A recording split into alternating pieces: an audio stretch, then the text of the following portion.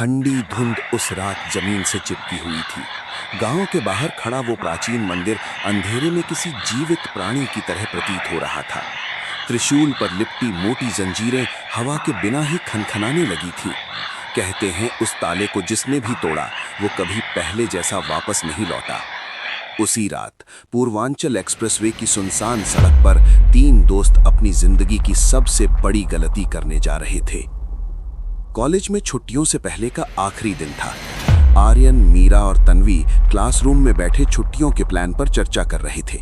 मीरा बोली, 4 दिन की छुट्टी है, कहीं घूमने चलते हैं। आर्यन ने कंधे उचकाए, घर जाऊंगा तो पापा फिर से ताने देंगे, हॉस्टल में रहना बेहतर है।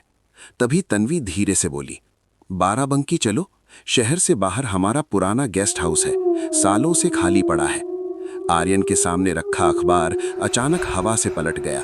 उसकी नजर हेडलाइन पर टिक गई, पूर्वांचल हाईवे पर 9 साल के बच्चे की रहस्यमयी मौत, शव लापता। वो कुछ पल तक उस खबर को घूरता रहा। उसे अजीब बेचैनी हुई।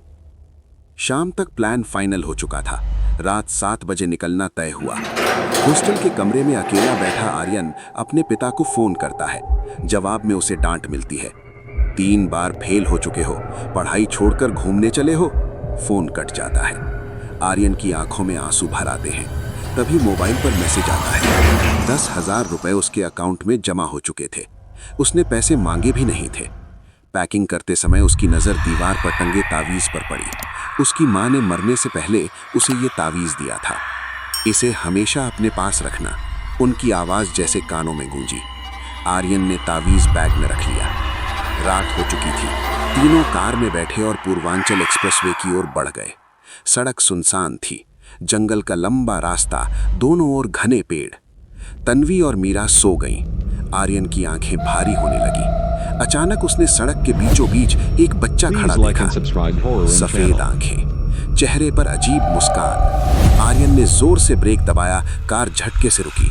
दोनों लड़कियां घबरा गईं। सड़क पर बच्चा था लेकिन बाहर कोई नहीं था। मीरा हंसने लगी, डर गए क्या? आर्यन ने रियर व्यू मिरर में देखा। उसी बच्चे की परछाई पिछली सीट पर बैठी थी। वो पलट कर देखता है, सीट खाली। वे आगे बढ़ जाते हैं। कुछ घंटों बाद वे गेस्ट हाउस पहुंचते हैं। पुरानी हवेली जैसी इमारत, धूल भरी दीवारें, पुराने फर्नीचर, देवी की फीकी तस्वीरें।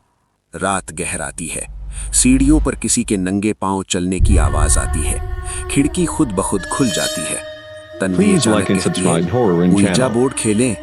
आर्यन घबरा जाता है, मत करो ये सब।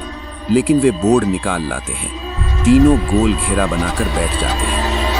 अगर यहाँ कोई आत्मा है तो जवाब दो। कुछ सेकंड सन्नाटा, फिर प्लांचेट धीरे धीरे हिलने लगा। स्पेलिंग बनी NEEL। आर्यन की सांस अटक गई। फिर शब्द बना TEMPLE, temple, LOCK, lock.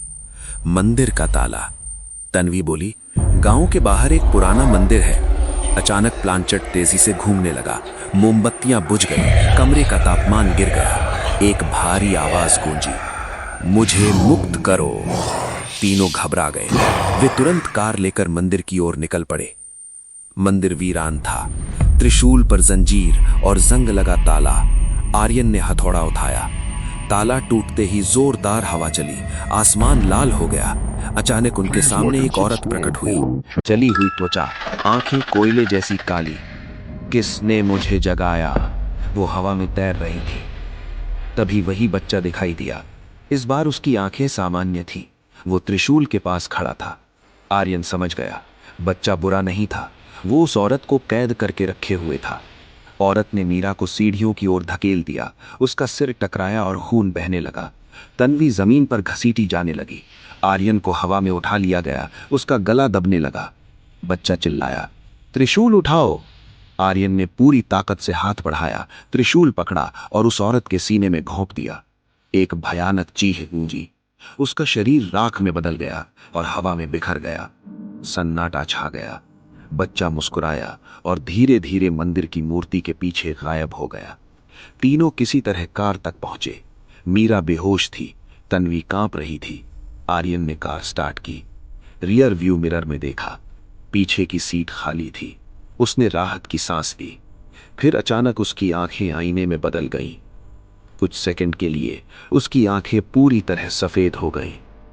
Car के अंदर वही फुसफुसाहट गूंजी, मैं अभी यहीं हूं। और कार अंधेरे में गुम हो गई।